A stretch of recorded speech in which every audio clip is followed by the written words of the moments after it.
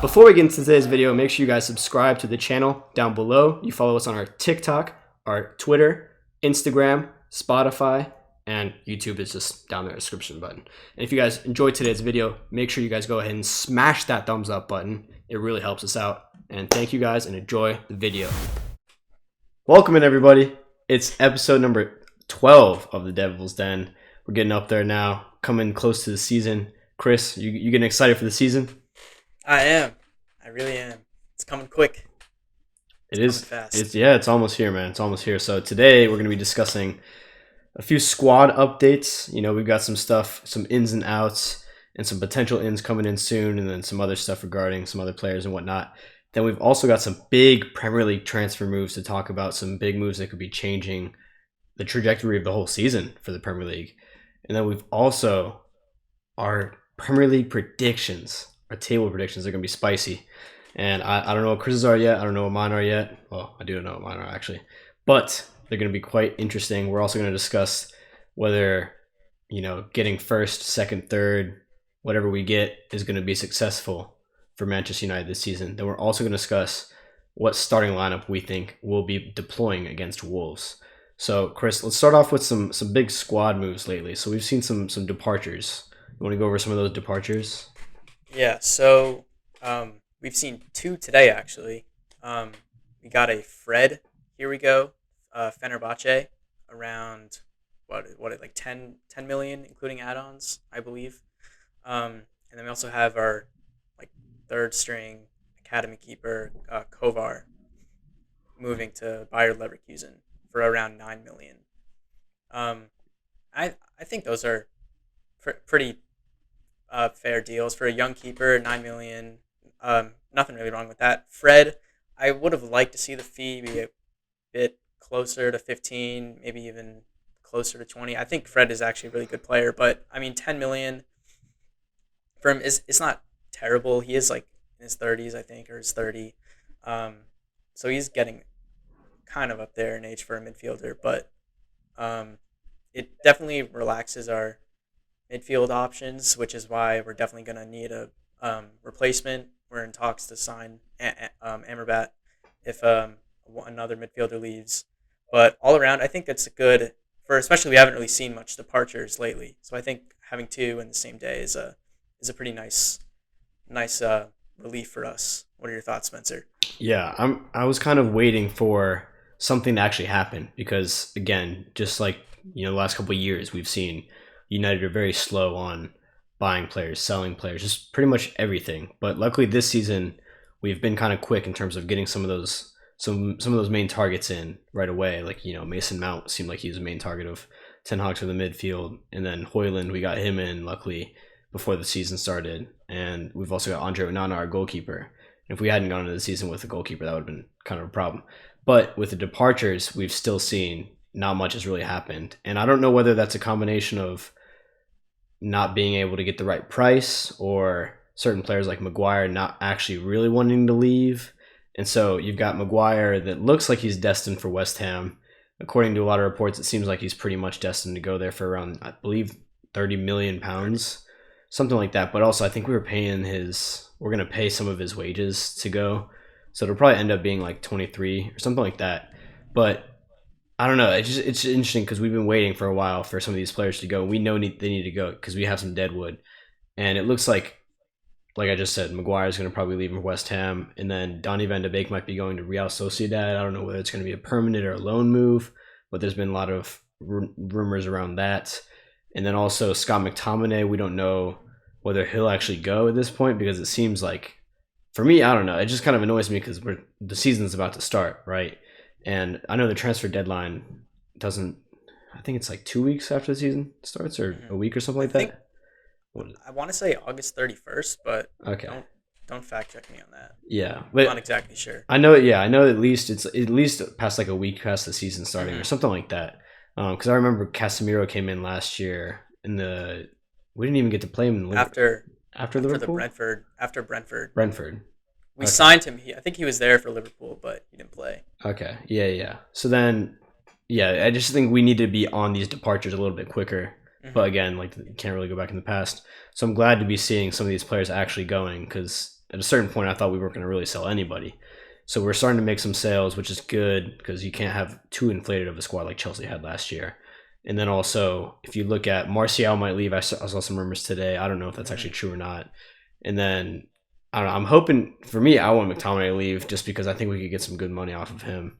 Maybe 40 million is what I was seeing. So if we can get that, that would be a blessing. And we could go after some targets real quick before the transfer deadline. And I think if we do lose McTominay, we really need to go after Sofiane Amrabat because Sofiane Amrabat is just, he's a leader on the field. He's a knight, bro. He just breaks up play. He's something that we don't really have too in terms of hold up play. And I think Casemiro, he's underrated in the way he plays because everyone just sees him as a defensive weapon. But I think Casemiro still has some okay hold up play. It's not obviously at the level of certain midfielders in the Premier League.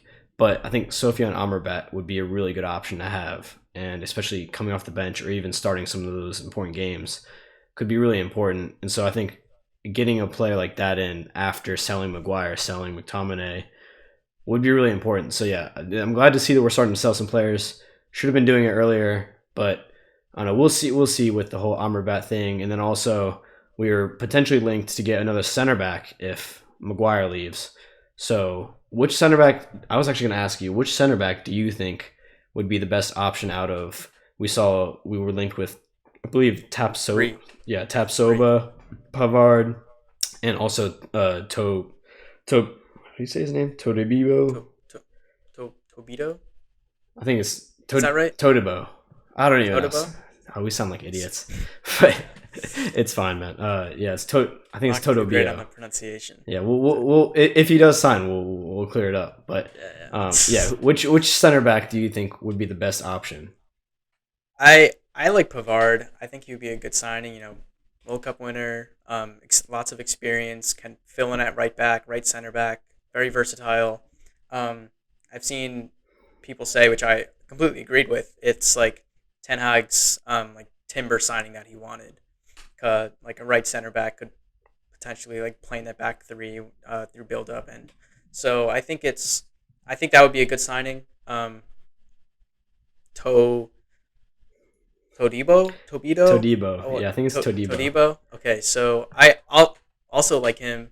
Haven't really seen much of him, to be honest, but from what a lot of people are saying online, and I definitely believe the hype. So, and the third guy, I don't really know anything. Tapsoba. Yeah. I think I've seen him around. I don't have enough to make an opinion. But I don't really watch the German league, and I don't think you do. But he's not like a huge profile. Getting anyone in to replace Maguire should be a plus for us at this point. So, especially if we can get someone on the cheap, I think. Don't fact check me on this. I think some of the prices were around like 25 million for like Pavard. Yeah. Or I'm not entirely sure, but nothing too expensive or crazy. Yeah, I think, and especially with the Maguire money coming in, we can make a solid replacement for him. And Pavard, going off your point, he's a player that he only has 1 year left on his contract. So yeah, 25 million is what I was also seeing. Mm-hmm. Benjamin Pavard, he's one of those players that the modern coach really likes because he can play, like you said, on the right side as a right back, and he can play a right center back to replace Harry Maguire. And I think he's a really physical player too. And I also saw that he gets in the box and he gets pretty, I think he scores a decent amount for a defender. And I think that's something we kind of lack, at least from, Martinez doesn't really score often because he's kind of challenged vertically. And Luke Shaw, I mean, does he really score much? I know he gets good chances in but yeah, I think he would be a good option as well. But also, I just searched up the pronunciation. It's Todibo. Yeah, it's Todibo. So, yeah, Todibo. And yes, Jean-Claire Todibo. And he's, I don't know, I've seen some comps lately on Twitter and whatnot, and I know you can't just look at that, but he has impressed me. And I think that he's got the physical attributes. He's got the strength. Sometimes he looks a little bit over-aggressive, kind of like an Eric Bailly, but I don't know. I think any of those options would be better than Maguire at this point because I don't know if you saw the Athletic Bilbao match, but they literally scored a goal all because of Harry Maguire's mistake. And it wasn't just like it honestly, it might have been worse than the Sevilla mistake he had earlier in the year. It just seems like every time Maguire Yeah, plays, at this point, his confidence is just so low that he like finds a way to make a mistake and give them a great opportunity to score. yeah, he And has that mistake in him, and in every game, and you can see it. The fans aren't really by his side anymore. Like you can tell, it's he can't really handle the pressure anymore. You'll strip the captaincy situation. Kind of sums it up too. Stripped of the captaincy, and during, I mean, it doesn't really matter, but in the past couple preseason games after Bruno's been announced, the when we're playing without Bruno and Maguire's in the team, Maguire's still not even getting the captain's armband. It's going to McTominay or Tom Heaton. So we obviously know he's not Ten Hag's like third, fourth, even like fifth choice center back, and he just kind of wants to offload him and move on, which I think a lot of United fans will agree with. Hasn't worked out for him much as of late. Good yeah, business though. I think 30 million, as I was saying, I've always been saying 30 million would be a great fee for him, and and West Ham have taken me up on that deal. yeah, I was shocked when I saw the 30 million price tag being quoted. But again, yeah, Harry Maguire, he's one of those players we always talk about him in a bad way. It feels like at this point because he started off his career at Manchester United. First season, he actually had a really good season his first year at Manchester United. And I think a lot of that comes down to the fact that we weren't really playing a very high line. And with Ten Hag, he wants to evolve the team in a way that we play a high line. And I don't think a lot of people keep saying Harry Maguire is a really good passer on the ball, but personally for me, I actually think he's really bad on the ball. And I think a big part of that is just because he takes so long. He labors on the ball for so long, and then sometimes he makes a really bad mistake, and he's caught out of position. Just like in the Athletic Bilbao preseason match and the Sevilla match, he just made a really bad mistake that literally led to a goal. So I really don't trust his ability on the ball as much as a lot of other people do. So I think he's not really the center back for Ten Hag. He might be able to thrive at West Ham or a different club where he's playing more of that England role that he plays for the international team, where he's not really playing too far up because he lacks that speed and he's really slow. So him trying to get back is kind of a problem. So I think we've really got to let go of him, and I'm glad that West Ham are the ones coming in for him. And I wish him all the best of luck, but I don't know, man. I think anything is better than him at this point, personally. I even think promoting Will Fish, who's not even that good in Yeah. preseason, would probably be better than having Harry Maguire as our Yeah. fourth string center back. So we'll see what happens with that, whether we actually do a third center back. But do you really think there are any other options in the midfield if we were to let go of McTominay and Fred? Fred's already gone, but if we were to let go of McTominay, Van de Beek, some of those players, do you think that we should keep maybe a Hannibal? I think Manu is going to play a big part of the season when he comes back, and I don't know. I just don't see anyone else other than Amrabat as a midfield option. And he seems like such a good midfield option too because he's 25, 30 million. That's a really good price for a player who's 26 years old, had a fantastic World Cup. I think he'd fill in that role perfectly, and he's worked under Ten Hag. So do you think there's anyone else? I don't know. I Yeah, personally see this as a I think good this story. we definitely need the one like we need another senior midfielder. Amrabat would be amazing, and then you have your academy um, like players to kind of make their way and develop into the team. If you look at our starting three midfield right now, it's supposedly most likely it's going to be Casemiro, Mason Mount, and Bruno Fernandes, and then you have a backup three if Amrabat comes in. Amrabat, maybe like a Kobe Mainu, Hannibal Mejbri, and then Christian Eriksen. I think that's pretty good midfield depth. Moving on from McFred finally, after all these years of painfully watching them in the midfield, it's refreshing to see some new faces come in, especially Mainu. Like you just said, I'm really excited for him to play his part this season. Ten Hag obviously rates him a lot. Like I think he seriously rates him. Um, so I think he has an important role to play when he's back fit, and I'm excited. But yeah, I think Amrabat brings the. He's still pretty young, 26, like you said, but he is a senior player, played a big part in the World Cup. So bringing that mentality to the team, I think, is going to be great if we can get him in. I agree. But before we let go of Fred and McTominay, I think both of us should say one of our favorite McSauce slash Fred moment. So you can either pick Fred or McTominay. Just tell me your favorite moment that you can think of off the top of your dome. Fred. Okay, so I'll take one from each player, since if they're both leaving, I'll give a goodbye. The one from Fred, this most recently, remember the game? I forget who it was, but he scored and he did like this penguin dive on the ground and his arms are up. Do you remember that? Oh, who was that? I forget who Oh, it was. was that the Barcelona match? The home one? I don't think so. Okay. Maybe, but there was like that was when the that point in the season we were doing really really well. Everyone was thriving. The vibes were pretty good, and Fred was on fire too. Oh wait, was He that the one scored. against Leeds? It could have been. It could have been Leeds. He like slid out and like did a full penguin. Ah, He like slid. I don't know, but I remember that image okay. from him scoring. Yeah. So I'll give that. And then my McTominay, the last goal before the COVID lockdown 2020 against Man City, the halftime, not halftime, half field, Yeah. belter from Ederson's mistake. Though that was Old Trafford was electric that night. After that, that was the icing on the cake for that match. Damn, you've left me. Did I take yours? You've left me very few options now. Okay. So, Fred's was this season's match against Barcelona at home when we were down 1-0 because of a terrible penalty call that Lewandowski finished. And then we come back out of halftime. And right away, Fred scores a very unlikely goal. I think it was with his weak foot too, with his right foot. Mm-hmm. And it was just like, it just came out of nothing. And then it just sparked the whole comeback and Antony, winning the match. So I don't know, that for me was the biggest Fred moment that I remember. There's a lot of good moments, when I think he scored against Spurs one time. That was really good. For me though, for McTominay, other than the one you said, because that one was also mine. I do remember him scoring a very good goal against Arsenal, but I can't quite put my finger on which year it was. I think it was like 3 or 4 years ago. I want to say it was like 3 or 4 years ago.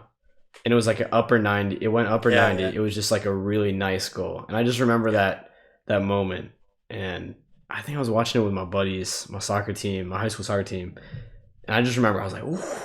Like it was one of those goals, I mean, he's had a lot of good runs as well. He also scored a really nice goal against Wolves. Remember the brace early in like 6 minutes? He got 2 goals against Leeds. Oh, that too. That was good. Didn't we beat them 7-2? It was 6-2. 6-2, yeah, 6-2. Yeah. And he scored very quickly. He scored 2 goals in the opening like 5 or 6 minutes. That was very nice. Yeah, he's had a lot of good moments, and I never really thought he was going to make it because he came in when Mourinho was still at the club, and I don't know, I didn't think he really had it, but he proved me wrong on multiple occasions. Yeah. So Fred, Scott McTominay, we appreciate you guys. I fact checked myself. The goal that Fred scored that I was referring to was in the 5th round of the FA Cup against West Ham. At home. Okay. The 3-1 win. Okay, gotcha. Vibes are up. Gotcha. Yeah. Okay, yeah. Fred, McTominay, we wish you guys the best. Well, McTominay hasn't left yet, but Fred, we wish you the best. McTominay, if you leave, we wish you the best. If you stay, you know what? Whatever. I'll still support you. Also, I want to add one more thing. If we can get 45 million for McTominay, that's amazing. That's pretty fucking awesome. Yeah. Like an academy graduate. For that academy graduate, to be one of our definitely in our top 5 like biggest sales ever, like hats off. That's crazy. Yeah, that would be crazy. How old is he as well? 20. I think he's like 25 maybe. 25? No way. Like 23. No, he's not 23. Let me search that. He's like Rashford's age, maybe a year younger. He is 26. What? I did not realize that McTominay was 26. That's crazy. But he's older than Rashford. Okay, no, 40 million would be a good price for him, and he's in this. That'd be an awesome price. I think he would work at West Ham too. I don't know if he'd be to the level of Declan Rice because he's a different profile of player, but he is a good carrier of the ball as well. So we'll see how that goes. I kind of think he is, not to the same extent, but he has a similar like attributes to Rice. The way he plays, the way he moves, and everything. I think I see some similarities. Okay. Okay. There's glimpses. Okay. Well, I think we should move But on to some of the yeah. bigger moves in the Premier League on the whole. And lately, there's been some huge transfer news, especially with Mr. Harry Kane. He is pretty much locked in now to moving to Bayern Munich for around 100 million euros, which is just mind-boggling. Honestly, you know what? Hats off to Daniel Levy for getting 100 million euros this late in the window too. Getting 100 million euros out of a player who only has 1 year left on his contract and is almost 30 years old. I think he's 30 years old now, right? Maybe 29. But that's huge money for Tottenham to be able to get 100 million euros for a player who's almost 30 years old and has a year on left on his contract. I know he's one of the best strikers in the world, but I don't know. What do you make of that move? Because for me, I think it's not a really smart move for Kane. I don't. Yeah, there's Kane's side of this, and then there's also Bayern's side. Like, why are Bayern? Why do they want Harry Kane? They could win Bundesliga with literally whoever they want playing up top for them. It's like it. I know they want like their hitman. They want their guy to get like 30 goals a season, and Harry Kane is going to be that guy. But to drop $100 million on a league that you're pretty much guaranteed to win every year, past 11 seasons they won it in a row, I think. And we haven't really seen Kane do much in the Champions League, but he has been at Tottenham. So it's a confusing move from Bayern's standpoint, and then it's also a confusing move from Kane's standpoint. I know it's not really his choice. I mean, technically it is his choice, but the Tottenham board was very insistent on selling Kane instead of letting him leave on a free transfer. But like, why would Kane go to the Bundesliga of all leagues to probably win his first trophy with them instead of like staying in the Premier League, getting your the goal record, which I'm pretty sure it's something he's always been like achieving towards. He's pretty close to like 60 goals away, I think. And then why not move to another Premier League club and get that? Like, you're most likely not going to win a trophy at Tottenham, but like if you have the chance to become the league's all-time top goal scorer and moving, I know I'm going to sound biased because I'm a United fan, but like moving to United, becoming the Premier League all-time top scorer and winning us our like 21st league title would be like, that would be insane. So like, it's like, why is he going to Germany? I think It doesn't make sense. from Harry Kane's perspective, any trophy really probably would do at this point, which I guess could be understandable. But at the same time, if you're a fan looking in on this, it's kind of weird because it's like Bayern Munich, like you said, have won the league. Bayern Munich have won the league for 11 years running now, pretty much. Harry Kane, that's not a huge feat to win the league again with Bayern Munich. If they go and make a deep run in the Champions League and go and win the Champions League, you know what? Hats off to Harry Kane. But I don't think that's really a smart move for Harry Kane because he literally could have any club he wants next year if he just waited 1 year. And then at the same time too, he's probably going to bag like another 20 goals in the Premier League, 25 goals in the Premier League if he stayed with Spurs. And I just checked, he's actually 47 goals away from Alan Shearer's 260. Wow. So if he got that, and then the season after, if he bagged another 25 goals, he would be the all-time top goal scorer in the Premier League's history, which is, for me, honestly, that's like a bigger achievement than winning the league with Bayern Munich.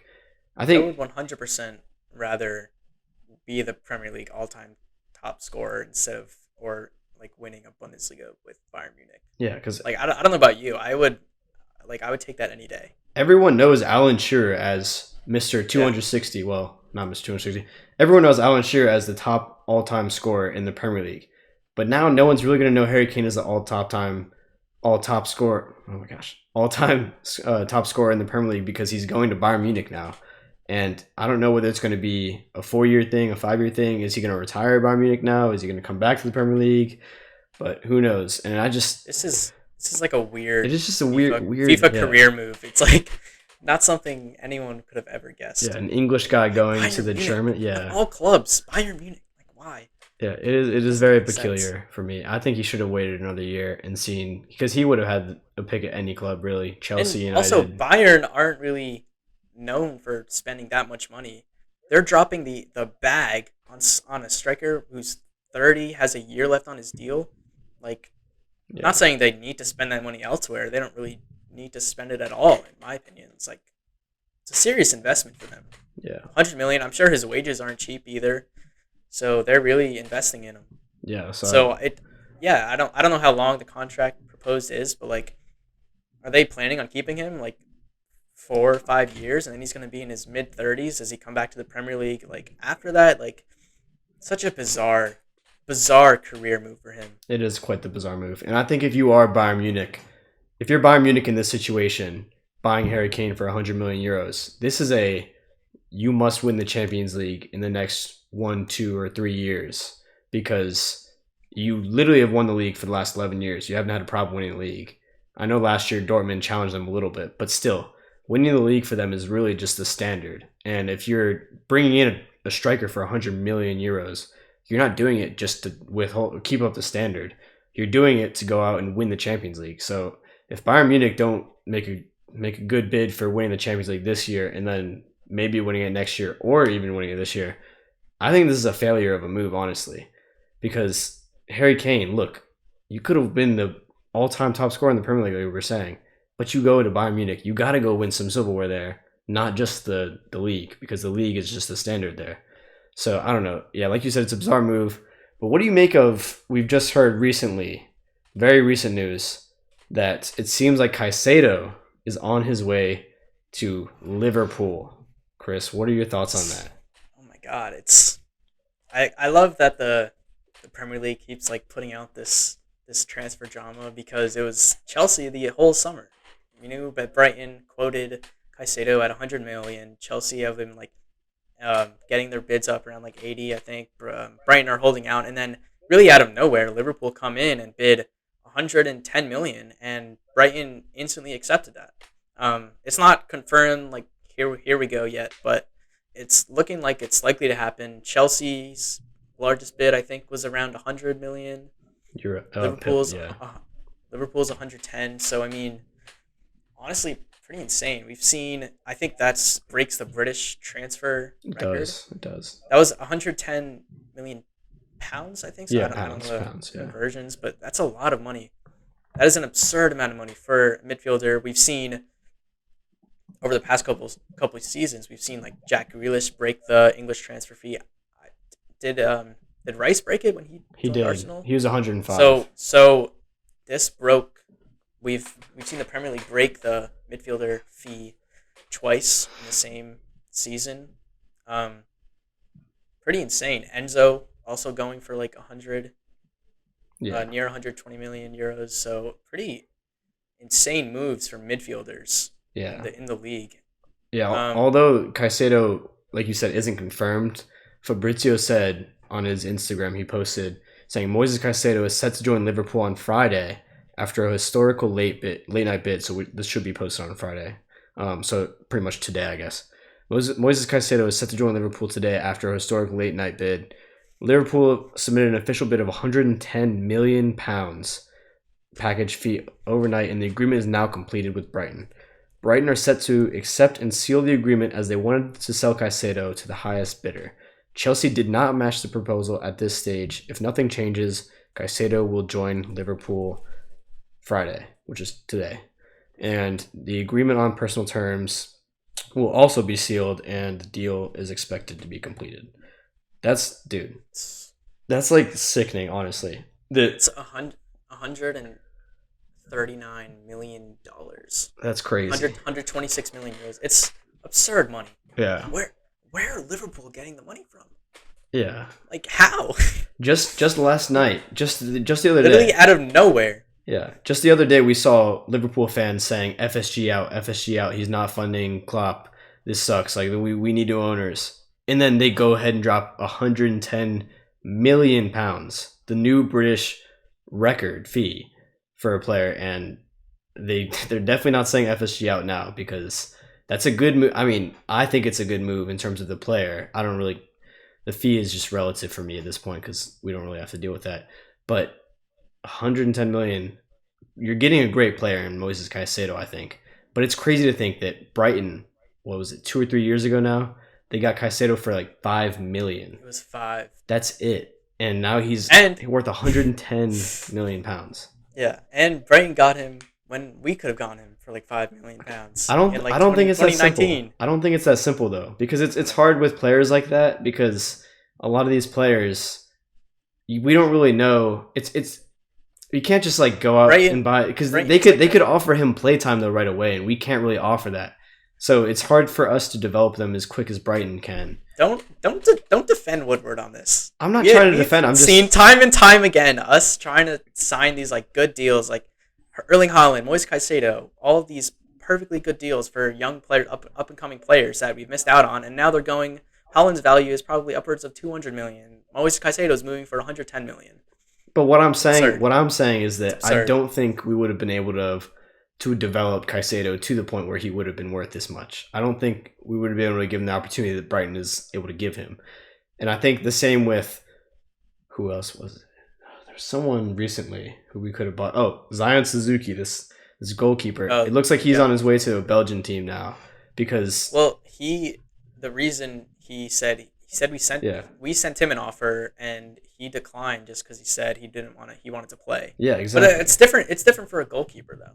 No, it's not. It's the same thing. It's very different for a goalkeeper. We can't give Moises Caicedo Onana's obviously gonna play every match. Like the difference between a starting midfielder and like a bench midfielder is way different than a starting goalkeeper and a number 2 goalkeeper. But Moises Caicedo, even at the time that we would have bought him, if we would have bought him at that time, he wouldn't have been a bench midfielder anyways. He probably would have been not even really getting opportunities. I don't know. Ahead of who was like playing around the time, McTominay and Fred, like he 100% would have been starting for us in the pivot. No, but he was not that good then. He's only really that good last year, was like when he really started to shine. Oh, he's been good. Okay, I don't know. I'm not trying to defend Woodward. I understand what you're saying, but at the same time, I don't think it's that simple for a club like Manchester United to be. We're not really trying to profit off players anyway, so it's not really like that. We need to, but I don't know. It's annoying to see some of the players like we have lost out on at the same time. But yeah, it's crazy. Like going back to the whole 110 million pounds, Liverpool just pulling it like straight out of their butt, out of nowhere. They just have all this money. So for me, I think that makes Liverpool contenders for the title. Personally, the title. You don't think they're contenders for the title? Get out of here! Get out of here! Are you serious? Get out of here for the title. Yes. Oh my god! I thought you were gonna say like top 4 or something. You said the title. You think they only are top 4 contenders? That's crazy. I don't think they're close to the top 4. What? With Moises we'll get to that later. But Chris, bro, that's you're crazy. bugging. Okay. You're bugging. All right, bro. Whatever. All right. Last big move we'll talk about. Like, I don't really think it's actually even going to happen. But we saw some rumors that Lucas Paqueta, was potentially on the move to Manchester City. But according to some sources, West Ham rejected a £70 million bid. Which, if City are really sending £70 million out, what are West Ham doing? They could literally make £175 million from 2 of their midfielders, which is just mind-boggling. That's insane business. I don't know how much they bought Paqueta for, but transfer is more about like. I know we don't really care about the money; it's not ours. But like, that's what's happening to the market. Like, why are these players going for so much these days? I swear Paqueta's not that insane. Good. I swear he's not that good. No, I think Fred is better than him, and Fred just went for 10 million. Yeah, well, Fred's also a lot older, but Paqueta, he also starts for Brazil for some reason, which is just so weird to me because he's not really that good at West Ham.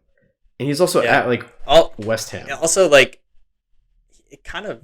I think Pep would make him into a good player. Like, I think if he was at City, to be honest, I think he would do bits there. I don't know. Maybe. Wait. Did Gundogan leave? Yeah. He's at Barca. He did, right? He's at Barca. He's at Barcelona. So I guess they wanted a new midfielder. But he doesn't really fit that profile, though. He kind of, he's more of an attacker. Like a Bernardo Silva-esque, but they're also. I heard they're keeping Bernardo Silva. They are. I'm pretty sure. Amid interest from Saudi Arabia. I think they're keeping him and Kyle Walker now at this point because they're trying to give them new contracts, and I think they're close to accepting, according to Fabrizio.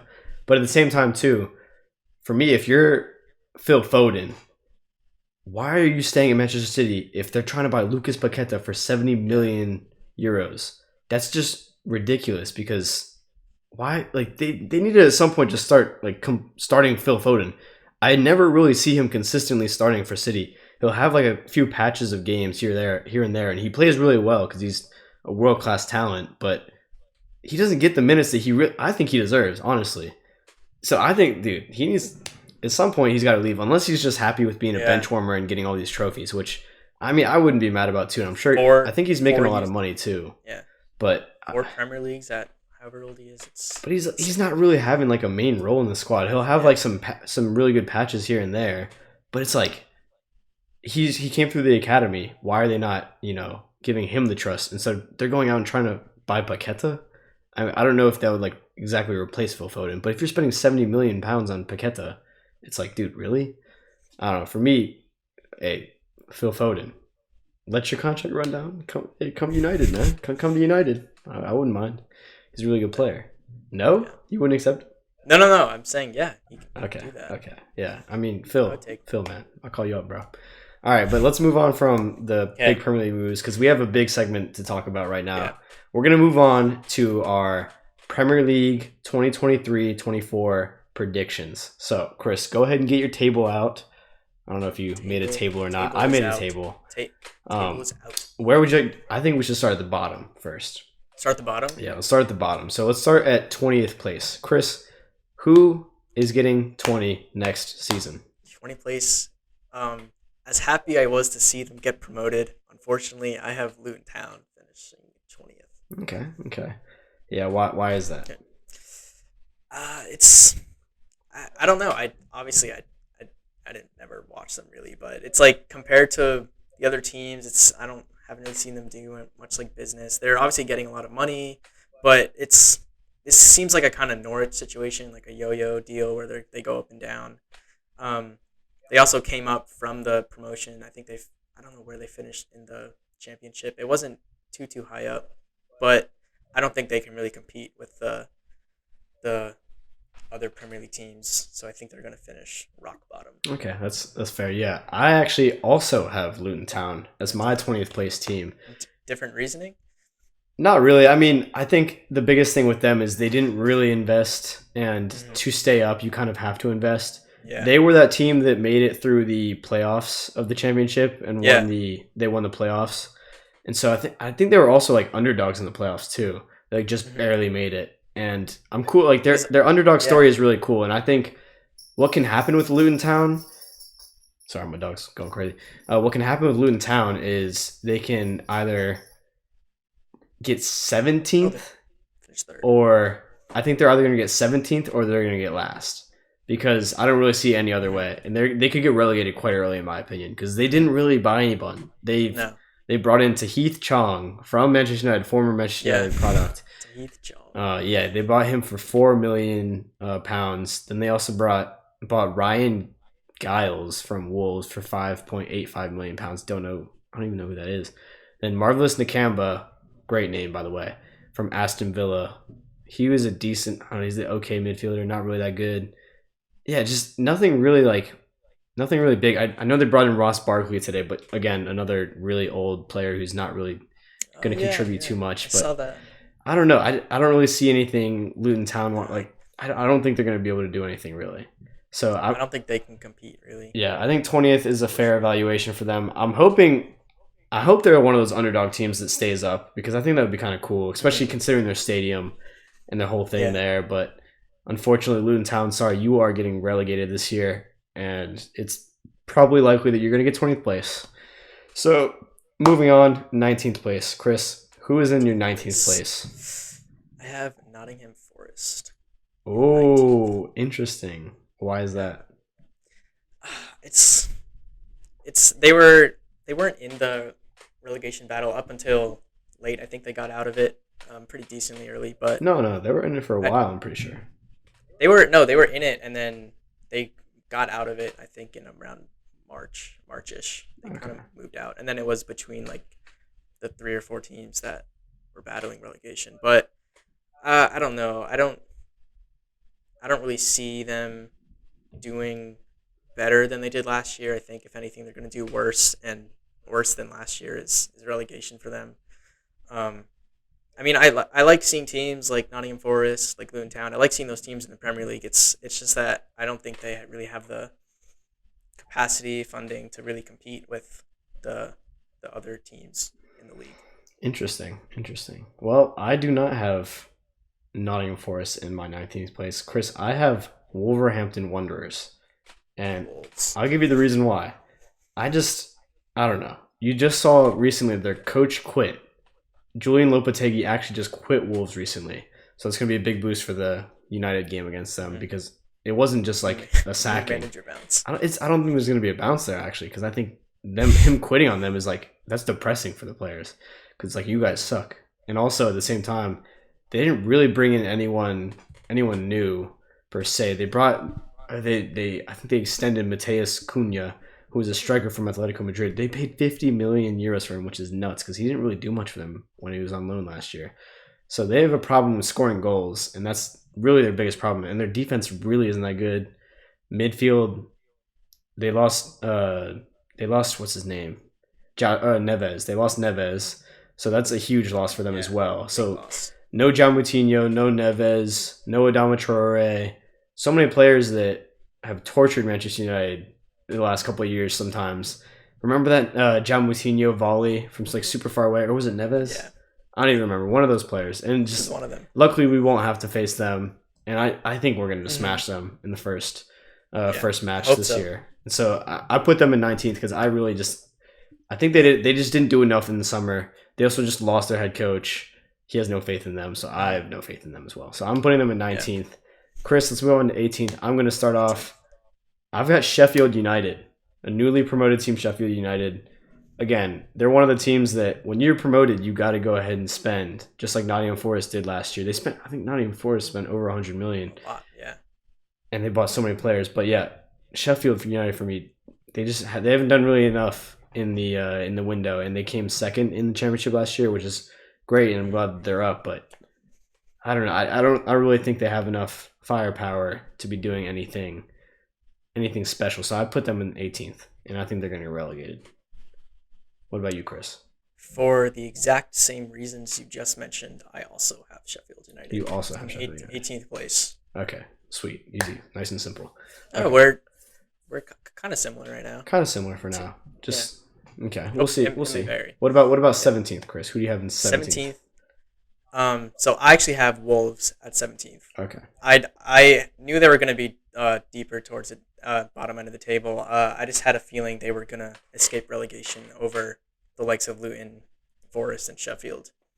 So kind of similar. Losing Neves, huge.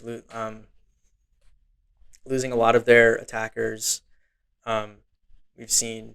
So I don't really see them having a great season. And the manager too. It's kind of, it's bad to lose your manager right before the start of the season because he quits, like not because he even gets sacked. That's embarrassing, yeah. But, yeah. Not to mention they lost, I don't think I even mentioned Jimenez, who has been like their cult hero for the last couple of years. Traore is gone. So many players are just gone. So it's going to be interesting to see. They got 13th last year, so I think that's a big drop off for me putting them at 19th, you putting them at 17th. Mm-hmm. I could see that happening though, unfortunately for them, for Wolves fans. Yeah. I think they're definitely going to be relegated. You think they are just going to stay up? Also, I wish they would get relegated, to be honest. I hate playing Wolves. Wolves at the ManUtd, it's just like it's just sort of fluky game. It's one of those fluky games for us. Dreadful. So I wouldn't mind them getting relegated as well. But in 17th, I have a team that I think they have the chance to get relegated just because they really haven't done anything in the summer window. But I think just because of experience and the club's history, I would say, they're going to stay up, and that's Everton. Because Everton, I don't know. For me, Sean Dyche plays horrible brand of football. They haven't really added anyone, and I think they lost a couple players as well. If I go check out their expenditures. But they really haven't done anything in terms of bringing in anyone that would really wow me. They brought Ashley Young in from Aston Villa, and they got rid of Ellis Sims, Moise Kean, so many players, yeah. Yerry Mina, Tom Davies, Connor Cody. Andros Townsend, Ruben Vinagre. Yeah, they've lost a lot of Are players. they replacing these players or just thinning their squad down? No, not really. That was like half their squad you just mentioned. Yeah, I mean Dele Alli's coming back. Oh my God, Dele Alli. Dan Juma I believe he's being loaned in. Interesting. Okay, that's one good move. But yeah, for me, I haven't seen enough from Everton. I think they could very well get relegated, but I think just because Sean Dyche, he sometimes just has that in him, just to keep a team up, just like he did last year with Everton. Mm-hmm. I think he's going to keep them up late in the season. It's going to be close though at the end of the season. So I'm going to say Everton in 17th, and if they, if they were to somehow get like top half of the table, Sean Dyche should be the manager of the season because they have really done nothing. Definitely. They've done nothing this window. So I would expect to see them around the bottom 5 mm-hmm. and maybe even flirting with relegation. So I'm going to put them at 17th. Chris, who is your 17th place team? So not 17th. You already did your 17th. Sorry. 16th. This is 16th now. So in 16th place, I have Crystal Palace. Ooh, fascinating. Usually we see them around mid-table, like 10th to like 14th-ish usually. But we just saw they lost Wilfred Zaha. Saudi, right? Yeah. Or no? Is that wrong? No, wait. He went to Galatasaray. Galatasaray. I was going to say either Turkey or Saudi Arabia. Yeah. But yeah, that's a big loss for them. He's kind of their star man, even though I honestly don't really rate him that much, but that's my opinion. But in terms of like Crystal Palace's players, he's obviously one of their best. So losing him, and they haven't really done much. So yeah, I see them finishing 16th. Not enough for relegation, but definitely worse off than last season. Interesting. Yeah, I mean Wilfred Zaha has been their lifeline for the last however many years. The only reason I didn't put them in that position, which I'll get to where I put them later, is just because it still depends to what happens in the rest of the transfer window, because Elise could leave. But I think if Elise and Eze stay, I think that could be big for them. And I think that they could really propel the team. And I think without Zaha, I think they're going to have to step up, obviously. I think they can. They have the potential to. So I didn't put them in 16th. But yeah, they didn't really add any. They added Jefferson Lerma, nothing crazy. But I put Nottingham Forest in 16th. And the reason why I think they're actually going to have, they got 16th last year, so I can see them getting it again this year. And I don't know. I don't think they really, they need to improve more, and they still have some time in the window. I think they should buy Dean Henderson because they need to get a goalie who's, a proper keeper. Didn't they sign? They signed Matt Turner, but I don't know. Matt Turner? I don't really. He's gonna start for them. There's no way he. Well, yeah, he will start. Sit on the bench again. I think Dean Henderson's a better keeper than Matt Turner, personally. I agree too. Yeah, but I don't know. We'll see how that goes. But they signed Alanga. I think. I don't know. For me, I don't really like him at United because I just didn't think it worked out. But we'll see. We'll see if Alanga can do something at Nottingham Forest. I hope he does. He's one of those guys. He's a nice guy, so I hope he does well there. But for Nottingham Forest, 16th, I think would be a good place for them. If they were to achieve higher than that, I would be shocked. But 16th, I think is good for them. So I put them in 16th. My 15th place team, because we're gonna move on to 15th. I've got West Ham, Chris, and I honestly, low key, I think interesting. Yeah, I don't know. I think the teams below them are just really bad. But West Ham have had kind of a shocker of a transfer window, honestly, because who have they really brought in? They lost Declan Rice, their star boy, and they could even lose Paqueta soon here. Let me check who they brought. Have they brought anyone in? They've brought no one in except for soon to be Harry Maguire. But for me, they need to bring a midfielder in like ASAP because they've lost Declan Rice, and also they could lose Paqueta. So if they lose Paqueta and don't get a new midfielder in, I think they're destined for a horrible season. And I think 15th would be nice if they don't get a new midfielder in. That would be a good achievement for David Moyes. Yeah. But they also, you got to think about it too. They're going to be in the Europa League next year as well. So they're going to be playing some solid teams in the Europa League, and they have to deal with the grueling Premier League, and they don't have Declan Rice now. And they could potentially lose Paqueta.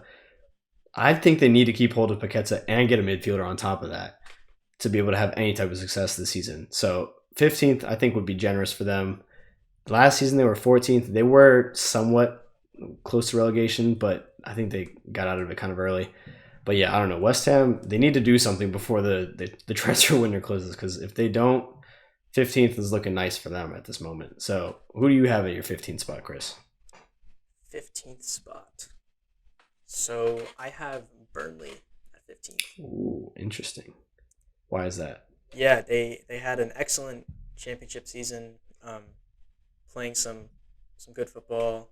Vincent Company, good vibes. But I think they're gonna not be too cocky for the Premier League, but I think they're gonna try to implement the same style, and it's not gonna really fly with a lot of the teams in the Premier League compared to the championship level.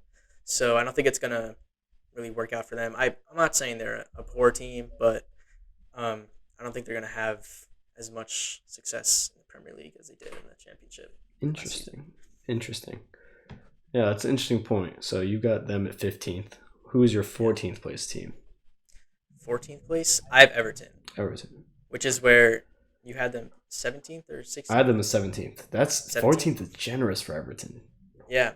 I don't know. I think given Sean Dyche has now had all this time with the team, he's kind of a relegation escape artist, as you can say. That's why they signed or hired him. So I think he's going to have time to implement his horrible style of football, but I think it's going to work out for them. Obviously, they're not really that good at all. We've seen them in relegation battles the past 2 seasons. Plus, they have to finance a new entire stadium compound that they're still working on. So they have a lot of other stuff on their mind. But I see them better. They finished 17th last season, right? 17th. So I think they'll be a bit better this season. Okay. But not by much. Interesting. Yeah, I don't know. I don't see it really working out with Everton, which is I think you do bring up a good point about the stadium, because the stadium might be a big reason as to why they weren't able to spend much money. I don't know how much that really goes into it. I know Spurs, when they were building their stadium, they didn't spend too much for at least a couple of summers. They were the only Premier League club to not make a single signing one summer when they were building their stadium. That's crazy. Yeah, so Everton, if you think about it, Everton, if they do get relegated this season, which they very well could, I have them just staying in. But if they do get relegated, they're going to be in their new stadium in the championship, which is just, I think that'd be kind of funny. They're going to be in massive debt. But... They would be in massive debt. Okay, so you have them at 14th. What do you have in 14th? My 14th place team is going to be Crystal Palace this season. And it's kind of the reasons I was saying earlier with Crystal Palace.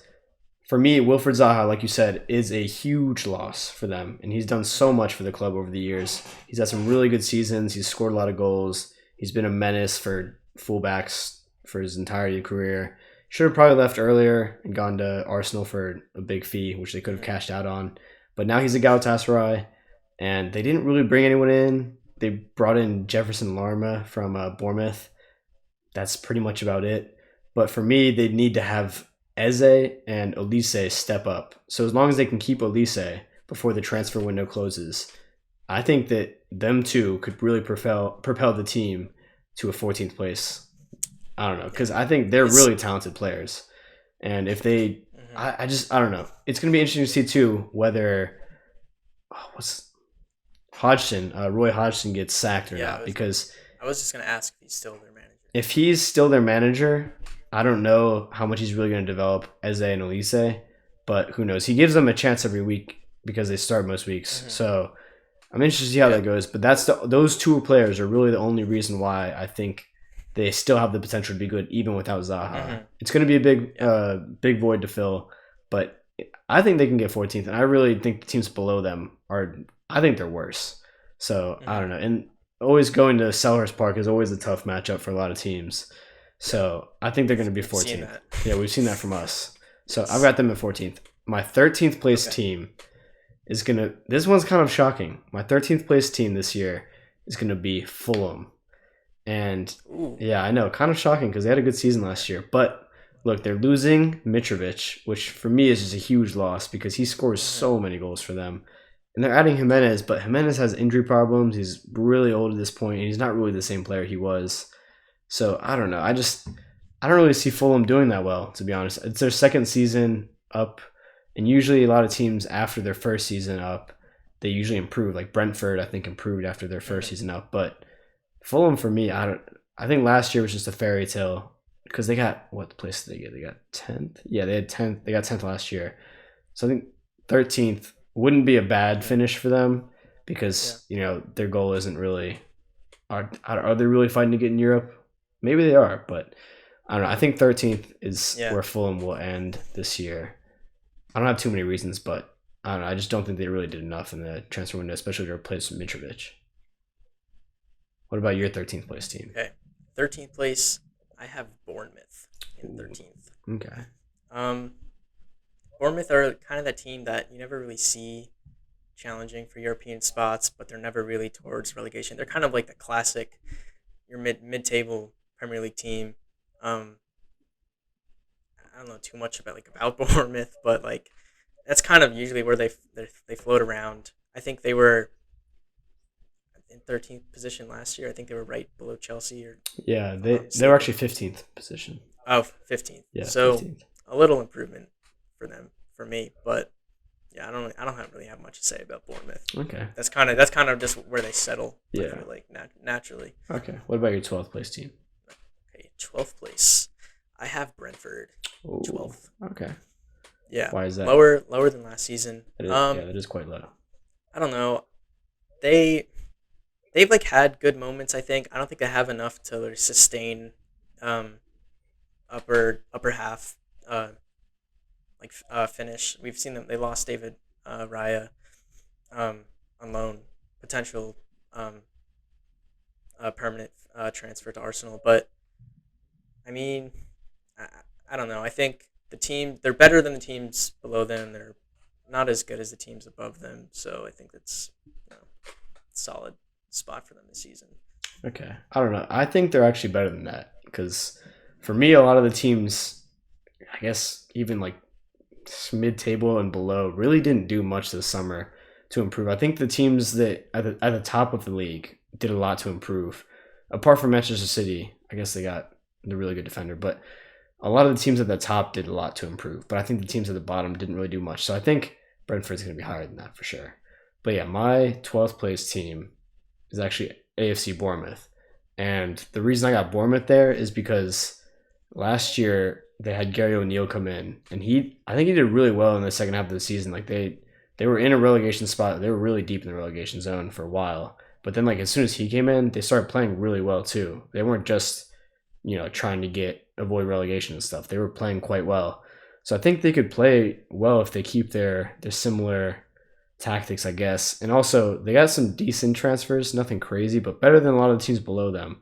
They got Justin Kluivert from AS Roma and Hamed Traore from Sassuolo, he's a pretty solid attacking midfielder. And I buy him in FIFA a lot. So I used to buy him in FIFA a lot. So maybe that's just a FIFA bias. Biased. But we'll see. And they also got Roman Favre from Lyon, and he's a pretty good player as well. He's an Algerian. So I don't know. I think they could do better than a lot of teams below them. Yeah. And they also brought in, I think they brought in a new coach, actually. I forgot his name. Oh, really? Yeah, I think they brought in a new coach, which is interesting because Gary O'Neill was doing pretty well. And some people were even saying that he should have shouts for manager of the season, which is crazy to me. But he did quite well at the end of the season, and they got rid of him. But Wolves actually now have Gary O'Neill. So it's going to be interesting to see what happens. Interesting. But Burnley, I'm actually going to say my next one. You just spoiled your... I just kind of spoiled my next one. For 11th place, I'm going to have Burnley. And the reason why I have a team that just got promoted up there is because I hate him because he's a Man City legend, but I think Vincent Kompany has him playing some beautiful football. And objectively, I don't know. I think personally, I know you were saying that they're not really going to be able to do that in the Premier League. I actually kind of think the opposite. I think when they go up against teams like Everton and they go up against teams like West Ham and Nottingham Forest and Sheffield United who are going to be putting up low blocks, I think Vincent Kompany is going to be able to deal with that quite well because he had to deal with it all in the Championship. And not to mention, they have some decent signings as well. They spent a decent amount of money. Not as much as certain clubs, but they still spent, what was it? How much? I don't even know, but I'm not going to total all that. But they bought some decent players in. They got the goalkeeper from Manchester City, Trafford. He's pretty good apparently. And they also, get this, Chris, they got rid of Wout Weghorst. I know. Our beautiful Wout By the way, I Weghorst. thought they loaned him. Well, yeah, they're loaning him, I think. I Oh, forgot where, but he's not going to be there this season, so we won't be able to see man. beautiful Wout play against us. But yeah, so that's unfortunate. But I don't know. I think they have some good players, and it's going to be interesting to see where they land because they're one of those new teams. I think there's always like one new team that comes up and kind of does pretty well and usually kind of solidifies himself. And with Vincent Company as the manager, I think they could even get top half of the table. So I put them in 11th. Okay. Chris, who's your Bold team in balls. 11th? 11th place. I have Spurs in 11th. You have Tottenham in 11th. Spurs. I have Tottenham in 11th. I think Wow. they're gonna have a horrible season without Harry Kane. Wow. Because okay, let's think about it. They've been relying on Kane's goals for how many years now? Now that he's not supplying those goals, they're screwed. I think they are gonna have an awful season. Maybe like not like awful as like a 14th or 15th place, but like I think they've been so used to relying on Kane to like bail them out in the league. Now they don't have that like sense of security. I mean they are getting £100 million, so Euros. maybe we'll see. Maybe euros. Yeah, Sorry, you're good. maybe we'll see them reinvest some. I mean, assuming they're probably gonna have to sign a Wow. new striker. I mean, I doubt Richarlison plays up top for them. So He yeah, might. what Kulusevski, Richarlison, and Son front three. It's decent. It's. I think they're gonna have like a Chelsea season, that the season Chelsea had last year. This season, Yeah, I don't know. but Interesting. 11th place for Tottenham. Wow. That's a hell of a bold I mean, claim. do you think anyone would have predicted Chelsea finishing 12th last season? No, I like it. I like it. It's a bold shout. I like it. It's I like it. What about your 10th place team? 10th place. I have Fulham. Ooh, okay. So I know you had Fulham a bit lower than that. Yeah.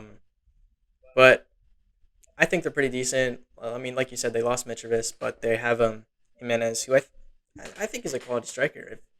I mean, his head injury obviously is like worse in his career, but I think they're another classic mid-table team. They had some bright moments last season, and I think they can compete against the likes of teams around them. Like Tottenham, Brentford, like Brighton, West Ham. I think they can kind of fight around that mid-table area. So I think they'll end up finishing 10th. Okay, that's fair. Yeah. So 10th for Fulham. Okay, my 10th place team, and this is kind of going to be shocking, but I think a lot of it comes down to what just happened today. Mm-hmm. I've got Brighton Yes. in 10th. Okay. And I've got a reason for that. I think last year they overachieved getting 6th, which is just really impressive. And getting Europa League is quite impressive. And I think De Zerbi is a really, really good manager. I don't know. For some reason, I kind of like Brighton just because of the way they play. So I think they're going to get higher than 10th probably, now that I'm thinking back on it. Just because I know he's probably going to find some sort of midfielder to replace Caicedo right away. But I don't know. Losing Caicedo, he's such a good player. Then they also lose Levi Colwill. They also lose McAllister. And I don't know. That's just a big part of their team right there. We'll see if they can still play the same way. I don't know. It's going to be interesting to see if Evan Ferguson steps up and becomes the main striker. But they also have João Pedro, who's a really good striker. So they have some good attacking options. But I'm kind of concerned with the midfield and then also the lack of depth at center back as well now. Mm-hmm. So I don't know. I'm putting them at 10th. Okay. I'm not too confident in putting Brighton at 10th because De Zerbi seems to know what he's doing.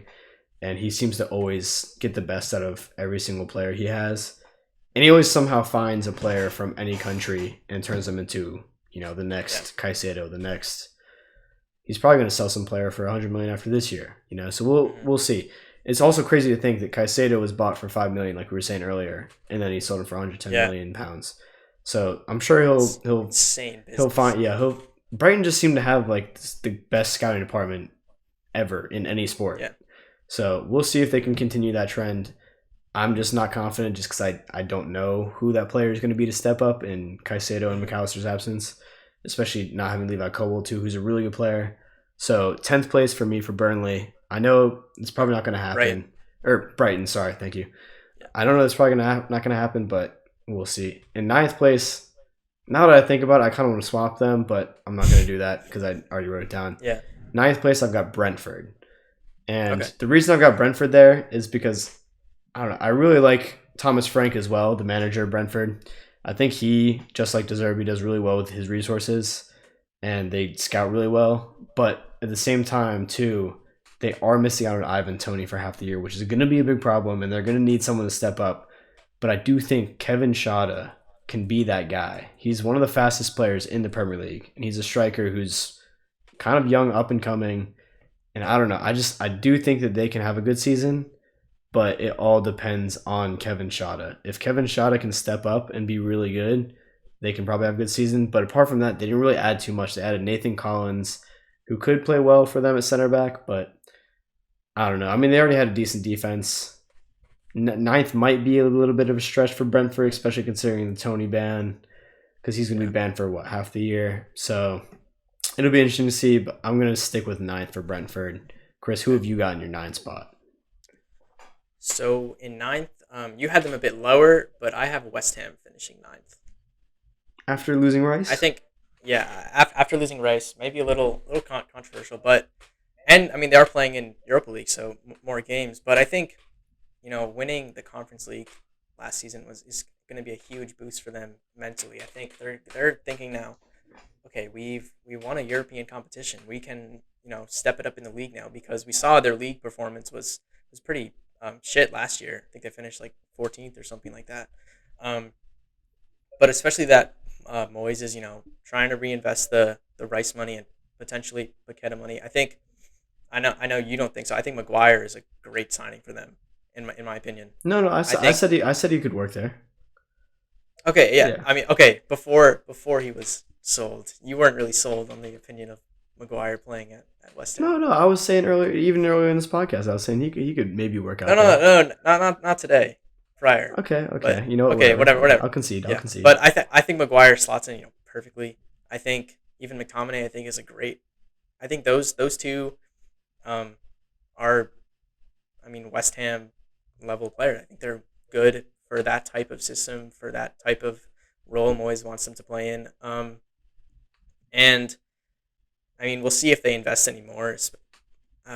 Rejecting 70 mil for Paqueta is nuts. I think they should have just taken the money and invested that somewhere else. But I think they're gonna.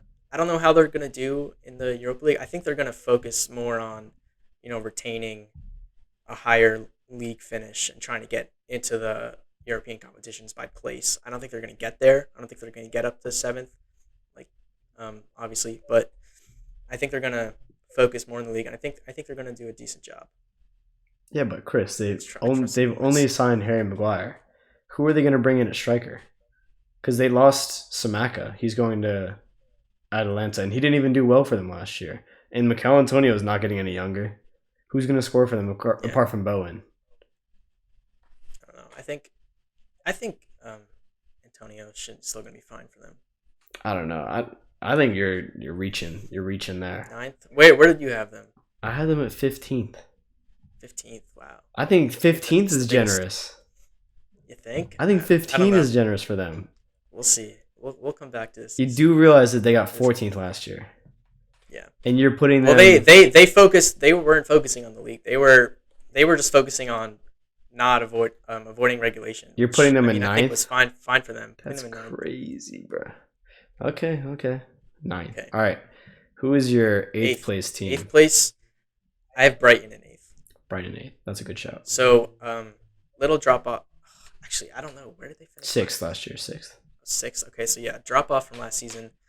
Losing Caicedo and McAllister, is pretty brutal for them. But I think, giving De Zerbi the time that he needs to really morph his philosophy into the team, I think it's going to work out with those types of managers when they have a system and they want to implement it. I think they've obviously given him the time to do that. Hopefully now that they have a couple more weeks left in the market, now they're going to have £110 million to get some. And you know how good Brighton are with spending money. They can find gems for nothing out there. So they are going to use that money very, very wisely. And maybe they can even, instead of usually their usual business of getting like an unknown player for a couple £1 million, they can now and go and get like a 40, 50 million player because they have the cash to do so. Um, but yeah, like you said, McAllister and Caicedo loss is definitely gonna hit them. But I think I think De Zerbi will be fine. Yeah, they I also. do like his style. I saw some rumors that they were going after Mohamed Kudus, one of the. I think Hmm. I want to say he's from Ghana, but he also plays. He played for Ajax. Hmm. I think. Well, he's still there at the moment, but I'm pretty sure it said they were close, and he played for Ajax under Ten Hag, and he was a really good attacking midfielder. So he could take over McAllister's role. Hmm. So they could replace him there. I don't see how they're going to replace Caicedo yet. I'm sure they'll You unearth know who some type should? of You know who Brighton should young buy? player. What? I think Brighton should buy Van de Beek. Don't you? I think Van de Beek would be a great signing for them. I don't know. Instead of him going to Real Sociedad, I think He's very injury prone. I don't I know. guess, but I They don't know. signed Dahoud, and I think that was actually a really good move. He's from Borussia Dortmund, and Hmm. he's a sneaky little good player. I think they got him on a free transfer too. So I'm sure Brighton will probably be fine. I think they're I gonna think I think disprove they're gonna be me fine. because yeah. Now that I think back on it, I think putting them in 10th was really stupid. But that's probably gonna be one of my few stinkers. We'll see. We'll see. Hopefully not. Mhm. I don't know. All right. Well, Okay. I have All right. in my You eighth have place. I have Tottenham Hotspur, and okay. I don't know. You had them in what 11th? 11th, yeah. You had Tottenham in 11th. I don't know. That's kind of blasphemous in my Piss poor. opinion. I don't know. They added James Madison. I really like James Madison. They added a new center back. I don't know too much about him. Van de Veen, I think. Van de Vert or something. Yeah, something Van like de Vert. that. And then they added a new goalkeeper as well, Vicario, who I've heard sounds like a Pokemon, Vicario. But I've heard he's a good passer on the ball, which is never a bad thing. I'm sure he's probably better than De Gea. But I've heard the new coach. I don't know how to say his name. Ange Mm-hmm. Postelanogu, something like that. Also a crazy name. I've heard he's got them playing quite well. But again, losing Harry Kane, like you just said, that's not only huge for their goal scoring, just him directly scoring goals, but also linking up play with Son is just that's going to be a huge miss. And if they try to just use Richarlison as their main striker, you are right, they're completely toast. So Mm-hmm. I'm banking on them getting maybe an Ollie Watkins, getting a really good striker to come in. They would need like a really good striker to come in for them to get eighth. If they were to Yeah. somehow, if Postelanogu or however you say his name was somehow to get them, I think if he got top six with them, I think that would be a massive achievement. Are Spurs playing in Europe next season? Don't think so. They got eighth last year. So Uh, is that no. a No. Alexa off? Sorry, my Alexa was talking. Um, but no, yeah, they got eighth, and no, that's not. No, yeah, it's not Europe. No. So yeah, I So think seventh is Conference League. So you have them, yeah. So I have them in or eighth right now. you have them eighth. So yeah, so I don't really think if they get top six, that would be a huge accomplishment in this I first think so season, too. especially without Harry Kane now, because he was. I bet he was banking on having Harry Kane the whole season, and then now that he's Probably. just gone, it's like you have so little time. The season's really about to start, and Mm. now you have to go look for a striker, and it's going to be a seller's market right now because it's so late in the transfer window. So yeah, they're kind of screwed without Kane. So yeah, I have them Yeah. in eighth. And Chris, who's your yeah, seventh place team? I want you to say your seventh place team before I say mine. seventh place team. I'm interested. I think you're gonna have like a crazy shout. Do you so yeah, this is probably not what you would say in seventh, but I have Liverpool finishing seventh. You have Liverpool in seventh. Yeah. They don't move me at all. Signing Caicedo, obviously great player. Chris. They don't have a good squad. I don't think their team is good. Chris. Chris, bro, we're gonna get It's clowned. Liverpool we're talking about. We're gonna get clowned now, dude. Everyone's gonna say They've zero ball they've knowledge. Chris. progressively been getting worse and worse every season. That's a fact, and they haven't. I don't. They're kind of. Van Dijk is not a great center back anymore. He's just named their captain, and Trent Alexander-Arnold. Like these players who have been like they were world class. I want like 4 years ago, but everyone's declined in that team. I think their front three is really not that great anymore. I mean, losing Firmino, they have Gakpo, Nunez, and Salah. Obviously, I think Salah's gonna have a great season. He's like when he's not like in the spotlight, he's still having great games and scoring a lot of goals. So I think he carried them last season. I think he's gonna have to carry them again, but I don't see them. I don't see them making any strides towards title, like you were saying earlier. Chris, God, bro. title. Chris, you're crazy, bugging. bro. You're bugging. Chris, you're bugging. You actually don't tell me with chest that you think Liverpool is going to get 7th. They're finishing 7th. Holy crap, bro. You're putting Chelsea above Liverpool. Oh my God, this stuff for wall. I cannot believe this. Yeah. Nah, Okay. I did not just hear that. Are you sure? You want to take that back? I think you should take that back. I say that with my heart, with my chest out. Okay, so Chris. Out and proud. All right, I want you to Liverpool. say it with chest. Say it with chest. Yeah. Liverpool finishing 7th. 7th place. Chris, I didn't hear it with chest. 7th. I didn't hear it with chest. 7th place. So they beat us 7-0, and now they're going to finish in 7th place.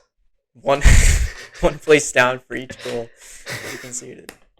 Okay, you know what? That would be really funny if they got. I don't think they're going to get 7th, but that would be really funny because then we could put them. We could do some memes. That'd be good memes.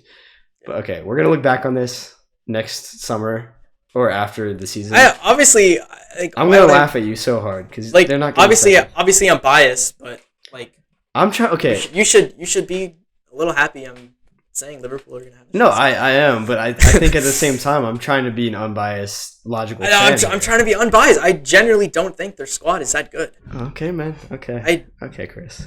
That's crazy. That's crazy. McAllister, I mean, unpopular. I mean, McAllister, I think he's good. I don't think he is gonna be great for Liverpool. Nah, bro, you're bugging. All right. Let's move on to my 7th because that's okay. Wow. Liverpool. All right, in 7th, which. Honestly, this is a big improvement from last year for them. I have Chelsea in 7th because I personally think they haven't even done enough in this window. And I know getting rid of a lot of the players they had to get rid of is honestly, I think that's going to do more good for them than it is bad. But losing players like Mount and even to an extent Havertz, which it's crazy to say, Havertz was like their top scorer last year, right? Yeah. I'm pretty certain. Yeah, and that's like they didn't score much, but they added in Nkunku, but he's out for 2 months now. So these first 2 months are going to be a struggle for Chelsea. And I'm not really moved by a lot of their defense. Like their defense really, everyone's saying it's like amazing. But personally for me, I don't know. I don't think it's really that great. Kepa is their starting goalkeeper. Or maybe Sanchez, because I think they brought Sanchez in, right? I don't think he's really going to be that good. They brought Robert Sanchez in from Brighton, who's their third string goalie at Brighton. And they got $25 million for him, which is crazy. And Reece James is injured all the time, which is, that's going to happen. Cucurella is horrible. Ben Chilwell is injured all the time. Their center backs are Colwell and Thiago Silva could be decent, but Thiago Silva is really old. Badiashile is always injured. And what's his name? Fofana is out for the whole year. He's got an ACL injury. ACL. And the other Chalobah is not very good. I've heard they're also going to move on from him. So I don't know. And they got Diassi from Axel Diassi, who was apparently a target according to some rumors of ManUtd, which I'm not a fan of because he's slower than Maguire. So according to his top speed, he's slower than Maguire. I don't know if that actually means he's slower than him consistently, but nonetheless, I don't think Chelsea are really going to be that great next year. But with that being said, I think the top 6 that I have now, those teams are like way better than the rest of the league. The top 6 teams I have are like infinitely better than the bottom 14. And I think Chelsea is like, there's going to be a huge drop off from 6th to 7th for me at least. But yeah, I guess here, I'll say my 6th place. Okay, I think you probably have, 6th. I would assume you probably have the same 6th place team. And that is Aston Villa for me. Because Aston Villa, honestly, I think 6th place they should be shooting for even higher than 6th place. They should be shooting for top 4 potentially with the signings they made. They brought in Pau Torres, really good center back. They got him for like $30 million, which is a pretty good price. And then they also brought in Moussa Diaby, which I think is a really good move. He played at Bayern Leverkusen. He's a really good player, really direct, really goes after his defenders. And I think he could link it well with Ollie Watkins. And they also, I don't know, I think they just have a good squad. They also have Yuri Tillmans. They brought him in. And I've always been a fan of Yuri Tillmans. I don't know why people hate on him so much. But I think he's a good player, especially for a team like that. I think he fits in with them well. So I don't know. I think they're going to have a good season. 6, honestly, I think sixth to eighth Yeah. would be like their floor at this point. Mhm. If they were finished below eighth, I'd be shocked. So I've Definitely. got them at sixth. I think they could even go. They could give Newcastle and the top four a run for their money. So Mhm. I've got them in sixth. Chris, who do you have at sixth? So this might sound a little shocking. I have Newcastle in sixth. Interesting. Okay. Why is that? So I think they one. I don't know if you heard like the new Premier League rules about keeping the ball in No, and I like did stopping not. play, or, What or is it's like they're gonna have like a World Cup stoppage time. interesting? Apparently, so accounting for those like goals and injuries and all that. So I mean, we've seen Newcastle last year, a lot of time wasting. So I think that's gonna come back to bite them. But I do think they have a good squad. I just don't think they're gonna do as well as they did last season. I think they overachieved a bit last season. A, Not to the point a to lot. drop them out of the top 6 or 7, but definitely not top 4. Yeah. They also have a Champions League run to make too. They So do. They do. they're gonna be playing, both of them haven't been in Europe in a while, so having to handle those two might drop their league form a little bit, Potentially. in my opinion. Yeah. They brought in Tonali, Okay. and that's pretty much it. They brought in Mhm. Harvey Barnes as well for 44 Yeah, million yeah. euros. So I think that's a good move. I He's think a solid did they player. lose? They lost Saint Maximin though. Yeah, they lost Saint Max, but I don't know. Saint Maximin for me, he's all I think tricks. he He I was think all he could have tricks. done. He could have if he added more goals. I think Yeah, to this game. yeah, I think he's a good player though. I yeah. like him. He's okay, but I don't know. They didn't lose too much other than that, and he was. Mhm. I don't know. I didn't think he was that great personally, Mhm. but yeah, Sandro Tonali is a really good midfielder. They kept Guedes. He's a really good player. I would love him at Mhm. United. But yeah, I think they have a really good squad, and also one player I'm really looking forward to seeing next year is Alexander Isak, because I Yeah. think, dude, they only really started playing him like in the second half of the season, and they started like playing him more consistently. He was playing really well, like really, really well. And I think he's a fantastic player. So if they use him to the max, they could be aiming for like top three. I know that Yeah. sounds a little bold, but I don't know. I really like the Mhm. look of Top 3. Newcastle. Okay. Yeah, I don't know. We'll see. But Mhm. here, I guess I'll go to my fifth. Okay. My fifth is Newcastle, and Okay. I think even with Champions League, I honestly think they should be aiming for even higher than fifth, because they got fourth last year. I think they could stay in the top four if they have a good season.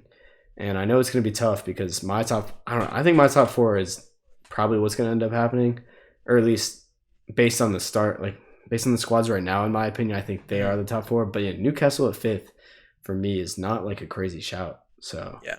I Where have do them in you fifth. where do you see Newcastle finishing in the Champions League? Do you see them getting out of the groups, dropping to Europa League, I don't know. I or think it depends on what their group what is, the group obviously. is? That's But true. they got fourth place last year, so I believe they're in the last pot, right? Like Yeah. pot D or something like that. So they're gonna probably have a tough group, Mhm. because they have to face like the team that got first, and the Pot. team that got second, Yeah. and the team that got third in their Mhm. respective leagues. So they're probably gonna have a tough group. It just depends. Like you could see them, like Arsenal last year didn't really care about Europa League. Like they didn't really put any of their eggs into the Europa League, Mhm. and we saw that by like they just didn't really play all of their starters and stuff. Well, they played some of them, but like you could tell they didn't try in the Europa League because they were trying to win the league. So it really depends. Like I think it all comes down to their approach. Do they want to try to win as many competitions as possible? Because they have a decent squad now. I mean, it's maybe not great enough to compete in both Champions League Win the Champions League. and go for top four. Well, yeah, they're not going to win the Champions League, but like getting past the group stage would be a tough. I think that would be a good achievement for them. So I don't know, but you can't Yeah. you can't bank on that. So I think they're going to go with the league. So I think they're going to get. I think they could even get top four, but I say fifth for now. I think Okay. that's a safe Yeah. bet.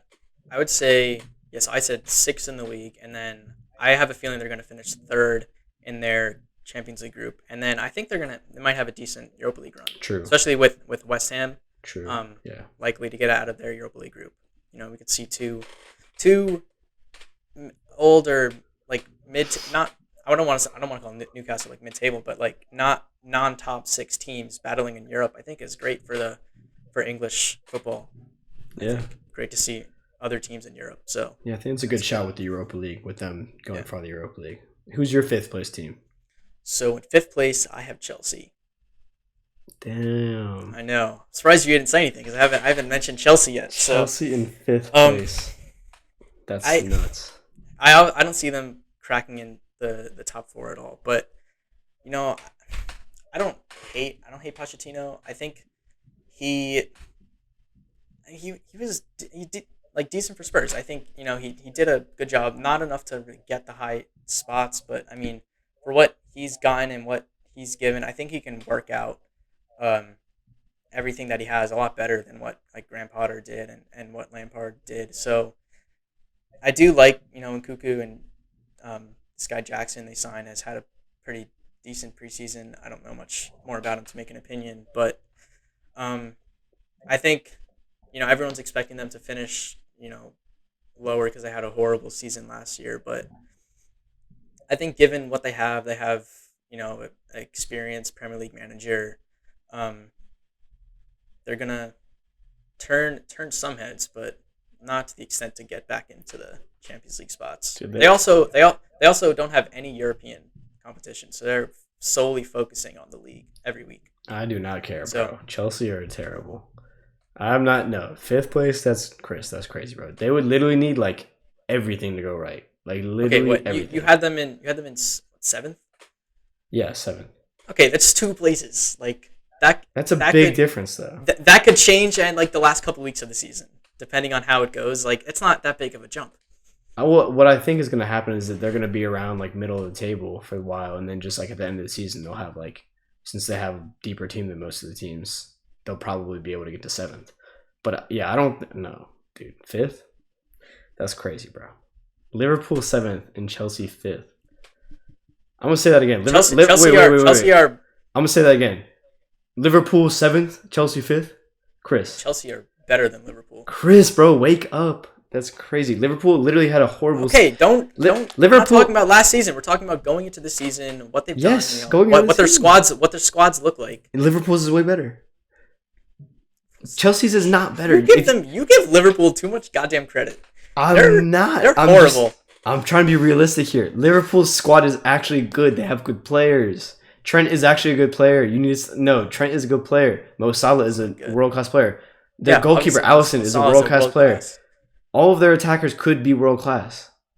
Genuinely. Yeah, but they're not. Szoboszlai, apart from Salah, Caicedo, McAllister. I mean, McAllister's okay, but Szoboszlai, Caicedo, those are very good players they're adding. Chris, bro. I don't know. I think Klopp is past it also. No, Klopp, with Chelsea, the only good player for Chelsea is Enzo Fernandez. That's it. Who's good on Chelsea? I don't know. Who's good on Chelsea? If Chelsea sign I haven't really signed a Havertz replacement. If they sign another attacking midfielder, that would further cement. Chris. But who is good on Chelsea? Name a good player on Chelsea other than Enzo Fernandez. And Nkuku's out for 2 months, and he's the only decent player other than Fernandez. No, he'll be fine. He'll fit back. Chris, you have yet to name a decent player. I think Mudryk is going to have a way better season than he did last year. Chris, bro. Chris woke up and said, "I'm choosing violence today," because, bro, that is crazy. Fifth place for Chelsea. All right, bro. You must have been drugged. No, that's crazy. All right, these are my predictions. Okay. Well, now we've finished top four. Everything except for the top four. This is where it gets kind of spicy. Yeah, it gets kind of juicy. Chris, Yeah. Do you want to go first, or do you want me to go first? Yeah, I'm gonna go first. Because my fourth is kind of crazy. I have another controversial. You haven't said Aston Villa yet. Can I go then? Yeah, go ahead. Can I go? Because I have Aston Villa in fourth. Aston Villa in fourth place. Wow. Yeah, I think they're gonna have a similar run to what Newcastle did last season. Yeah. I think with the sign, like you were talking about them earlier, their signings they've made, I think are good. They had a decent season last season. I don't know. Are they playing in Europe? Yeah, they got 7. 7, so they're in the Conference League, I think. Yeah. Okay, so I think they're gonna obviously try to win that. Unai Emery is experienced in Europe, so they're gonna put marbles in that, and I think they're gonna surprise people in the league for what they've signed, for what Unai's done with the squad. I think he's gonna turn some heads and kind of, like I just said, do what Newcastle did last season. and have a consistently solid season. Chris, you have gone quite bold here, my friend. You have gone quite risky and bold with these predictions. I like it. Okay. But yeah, so you got Aston Villa in fourth. I mean, this could either be like at the end of the season when we look back at these, it's either gonna be like, wow, Chris is a freaking genius. Yeah. Or it's either gonna be like, an absolute Chris idiot. is a freaking psychopath. Like why was he thinking all that? Yeah. All right. This fourth place is gonna really piss off some people for me. I got Arsenal in fourth, bro. Okay. I got Arsenal in fourth. Good. And the reason I have Arsenal in fourth place is because, bro, I'm gonna be honest. I think West Ham scammed. I really do. I really don't like Declan Rice as much as everyone else does. Bro. No, don't bro me. That's crazy. Don't bro me. You said Mudryk is good, bro. Don't bro me. Rice. Look, Declan Rice. I said Mudryk is going to be good. Declan Rice is like a 65 million pound player in my eyes. I really don't think he's that great. Okay, now I'm talking about his price tag because we all know we saw him are inflated. Bro. Wait, we probably. I don't even think we actually saw him live because he was ghosting, bro. He was ghosting the whole time. He was in ManUtd's pocket. Literally. Yeah, no, I don't know. I honestly don't really think Arsenal are going to be that great. And I know, look, they got second last year. Congrats. Bro, take the Champions League seriously. I think they're actually going to take the Champions League seriously. So I really don't have faith in Arteta this year. And that sounds crazy. I know. Arsenal are my fourth place team, but look, I honestly don't think that's that crazy of a shout. And Arsenal fans are going to get really mad and this and that. This is our year. And they spend so much money. But, bro, look. You brought in David Raya. That's already going to cause some controversy with him and Aaron Ramsdale. I really don't like David Raya as well. I don't think he's that great of a goalkeeper. Timber, okay. Decent signing. Doesn't move me. Then Timber's good signing, in my opinion. Nah, bro. No. He's not good. If you would have taken Timber at United, come on. I mean, I would have, but I don't really think, like... Look, I honestly think... Call me crazy. I think Aaron Wan-Bissaka is a better right back than Timber. I do. Because Timber is the center back. I'll agree. I love Wan-Bissaka. Timber's a center back. I'd rather have Wan-Bissaka. And then at the same time... what's up with Arsenal turning center backs? If we did like a combined XI of United and Arsenal, we've got the goalie. We've got Lisandro Martinez, and they've got one center back. And then we've got left back, right back. We've got... I'd take Casemiro over Rice. Fernandez has to be in there. Easily. Fernandez has to be in there. Probably put Odegaard and Fernandez would be in there. Fernandez could play a little bit deeper.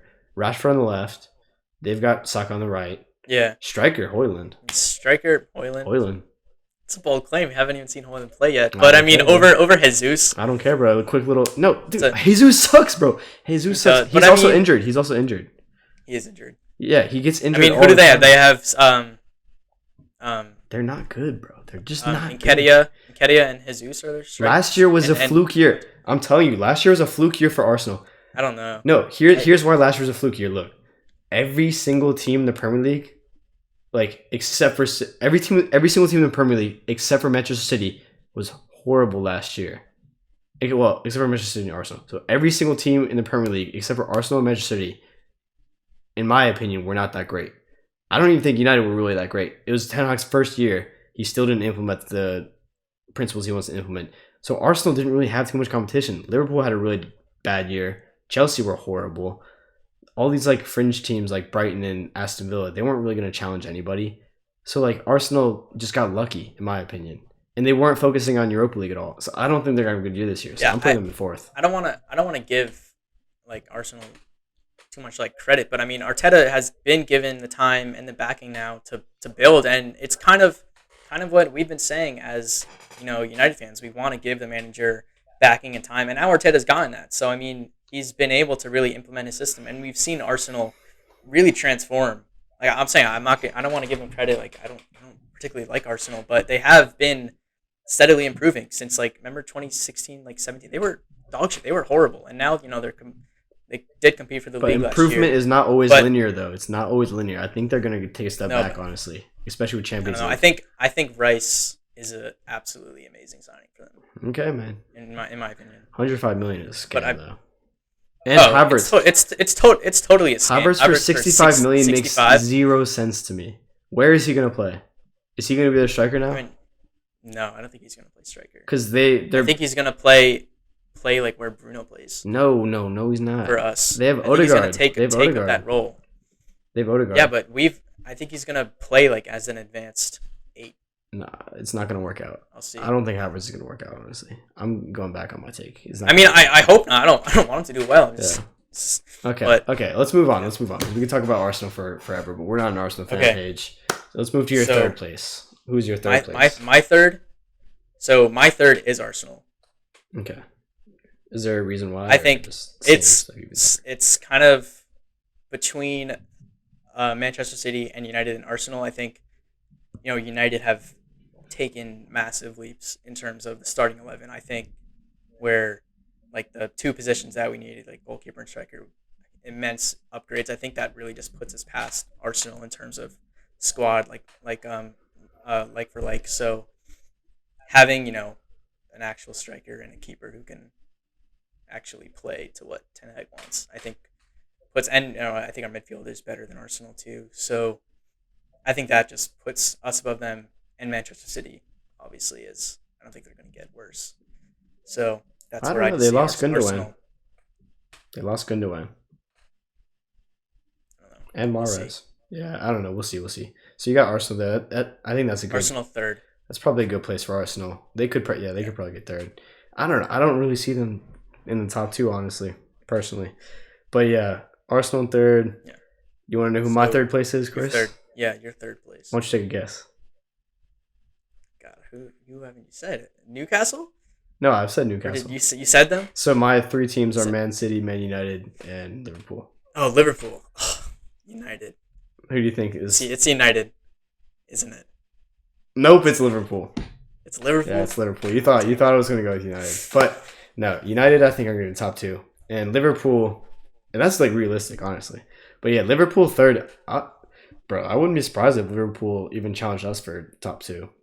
But honestly, bro, you're shaking your head right now. But Liverpool. What do you see in Liverpool? I want to know. Bro, I see Caicedo. Bro, look at this. Here's Caicedo, right? Here's Moses. Or no. Here's Declan Rice, right? Bro, here's Caicedo. No. Yes, bro. No. Yes. They're much more equal than you think. No way. Caicedo, bro. Much more equal. Caicedo runs games, bro. I'm telling you. Declan Rice, I don't even think Declan Rice really has that good of technique on the ball. Caicedo's technique on the ball is just bro, Caicedo is better than Rice. I will stand by that take. I would take. You're saying it's like this. I think it's more even. If you told me I had 110 million pounds to spend, and you need to replace or you need to buy a holding midfielder with 110 million pounds, 10 times out of 10 I'm taking Caicedo over Rice every single time, bro. Because look, if Rice is too inflated at 105, then Caicedo's too inflated at 110. No, he's not. Caicedo's not worth 110 million. There's no midfielders that are worth 110 million right now. Caicedo is at least worth 100 million though. Declan Rice is worth 65. No. That's it. No. Yes, bro. Yes. No, I'm telling you, bro. Liverpool third. I'll put Rice at 80. Caicedo. Liverpool at third is not a crazy shout. I hate Liverpool, just like you. But look, I'm trying to set my bias aside here, Chris. Liverpool at third is not a crazy shout. I do think their attack is actually insane. Think about it. Mo Salah is always going to score 25 goals in the league, something like that. And then he's going to play really well in the Champions League because that's just what he does. It's Mo Salah.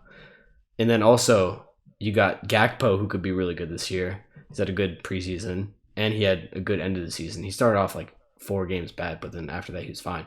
Really good World Cup for him, too. And then Nunez as well. I think if Nunez just finishes his chances a little bit better, even just a little bit better, he could be a really good striker for them. They also have Diaz coming back. They also have Jota, really good player as well. I would take Diaz, Jota, Gakpo all over Antony, honestly. I would take them all over Antony at the right wing. And then, who else do they have? They have someone else, right, at attack? I don't know, but even just that is just that's world class for me. And then they also have Szoboszlai, he has the potential to be really good too. He has a really good shot on him. And then McAllister's he's a clever player. I don't know how impactful he'll really be with them, but bro, Caicedo.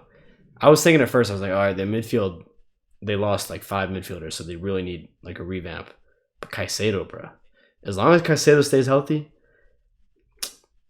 Liverpool have a really good chance at challenging for the I title. don't think Liverpool's back line is very subpar. It's not great. I think Van Dijk has declined massively, and who's going to play next to him? Konate is a pretty solid defender. Konate. I think he's Yeah, solid. I think Alexander Arnold is not a good defender. Well, I think their system they're going to play with next year too is going to have him be more of an inverted fullback playing in the midfield, so he can help Caicedo out as well. And I think he'll be probably playing long balls from there too, to Gakpo, to Salah, to Nunez, to all of those guys. So I don't know. I think Liverpool could be really good next year. And think about it. Last year they had a down year, and they were fifth, and they added Szoboszlai, Caicedo, and McAllister, who are all a lot younger and more energetic and less injury prone than Jordan Henderson, than Fabinho, than the rest of the midfielders that left. So I think Liverpool could. I think they could do a madness and challenge City and United for the title. So that's who I have in my three. Who do you have in your three, Chris? Okay. Me too. Or do you want to do? Oh wait, you did your three. You did Arsenal. Do you want to do second or champion? Well, I guess so. It's between City and United. It's both City and United. Okay. How about we do champion? Let's do champion. Okay. Champion. On three. Okay. On three. It should be okay. Our answer should be the same. Unfortunately. I think they're gonna be the same. Yeah. 1, 2, 3. Manchester City. And City. Gross. Ugh. Whatever. I know, a bunch of scoundrels. I don't even want to explain it. Can we just talk about United? Yeah, let's talk about United. I think look, I think we will give them competition. I think maybe I don't think it's gonna come down to the last day. I think it'll come down to the last 3 games, and then they'll probably win it. Mm-hmm. Something like that. I mean, the one thing is City have that period from February or March to the end of the season where they win every game. It's I don't know how they do it. They're so consistent in that period. That's when they won the league against Arsenal, in that stretch. So the one thing for us, I think we might lose some of that consistency in the second half of the season. But I mean, adding Onana and Hojlund is absolutely massive for us. Yeah. I don't think enough people understand how transformative those signings are going to be. Don't forget Mount. And Mount. I'm just saying. I just mean the two positions. Yeah. As a goalkeeper and striker, Ten Hag is now finally putting more pieces together of his puzzle of how he wants United to play, and the two huge gaping holes last season were striker and goalkeeper, and we've had major improvements.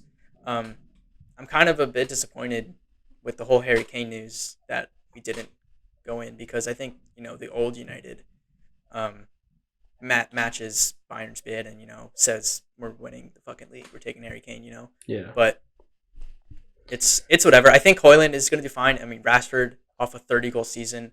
I think he's going to hit similar numbers now with an actual striker to link up with. Sancho's been improving. Hopefully we see Antony improve. I think he improves in Ten Hag's system, and then if he can just improve his output, our attack is very, very good with Hojlund coming in. Yeah, and for me, I mean, he could add a couple goals, but also I think the biggest thing with him too has got to be just decision making in general in the final third. Instead of Antony. Yeah, instead of always going up there and then cutting back and playing back to a defender, because it just kills the momentum. Link up the play. You don't even need to get a goal or an assist. Sometimes you can link up the play to someone who gets an assist or gets a goal. And that, I think that pass against, what was it, Lens? How do you pronounce it? Lens? Yeah, Lens.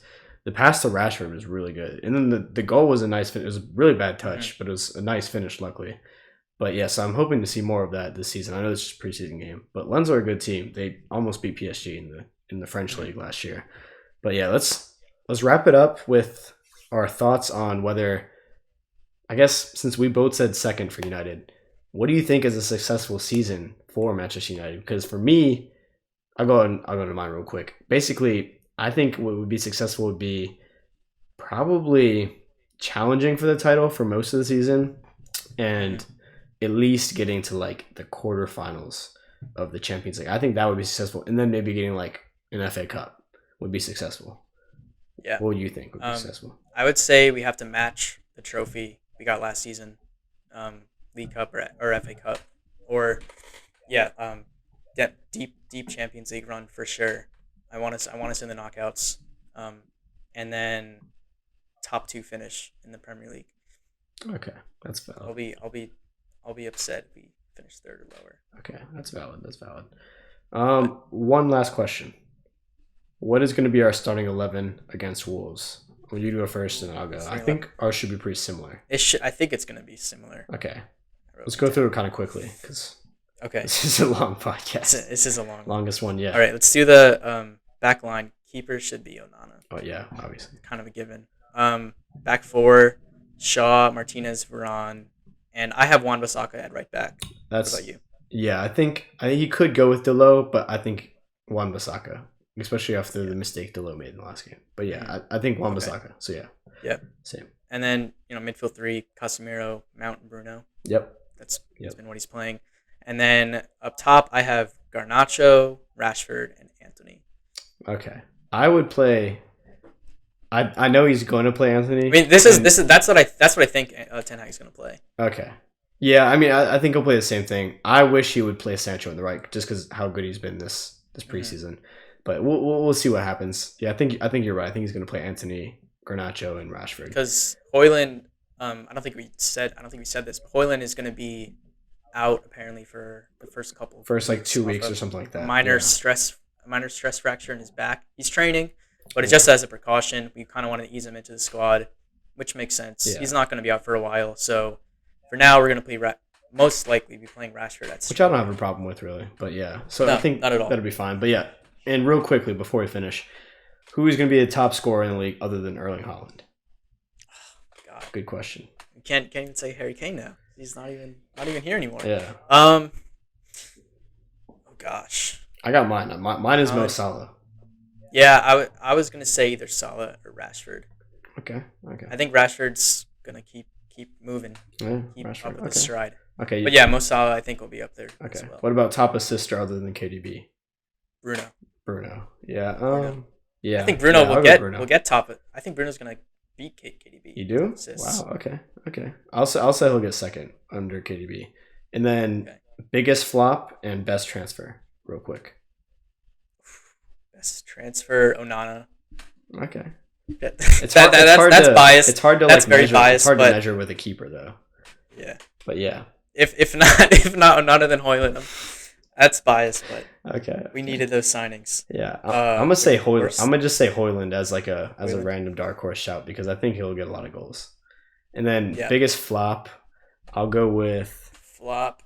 Dang, who's gonna be a flop? Let's say move big. Szoboszlai. No. Actually, wait. No. Szoboszlai. I was gonna say like McAllister. I'm gonna go back. Declan Rice. Declan Rice is gonna be the biggest flop. Yep. He's gonna be the biggest. I was gonna say one of the best transfers, either after Onana and Hojlund. I was gonna say Rice. Nope, he's gonna be the biggest flop. Worst one, I would say either Havertz or good shout. Havertz or McAllister. Okay, fair. I mean, McAllister was cheap though. Yeah, he was cheap. Whatever. Okay, well, that's all we've got time for. We went really long. It's a long one. Longest podcast we've ever had. My camera is about to die, so wrapping it up real quick. But yeah, if you guys enjoyed, make sure you guys give us a huge thumbs up. Go slap that thumbs up button, baby. And subscribe to the channel. We've got tons of content coming out. It's going to be a little bit slower now that school's kicking back up. But yeah, stay with us, guys. Season's starting soon. Come on, United. Let's go. It's going to be a big season. Big season ahead, boys. All right. All right. Peace out, fellas. Peace.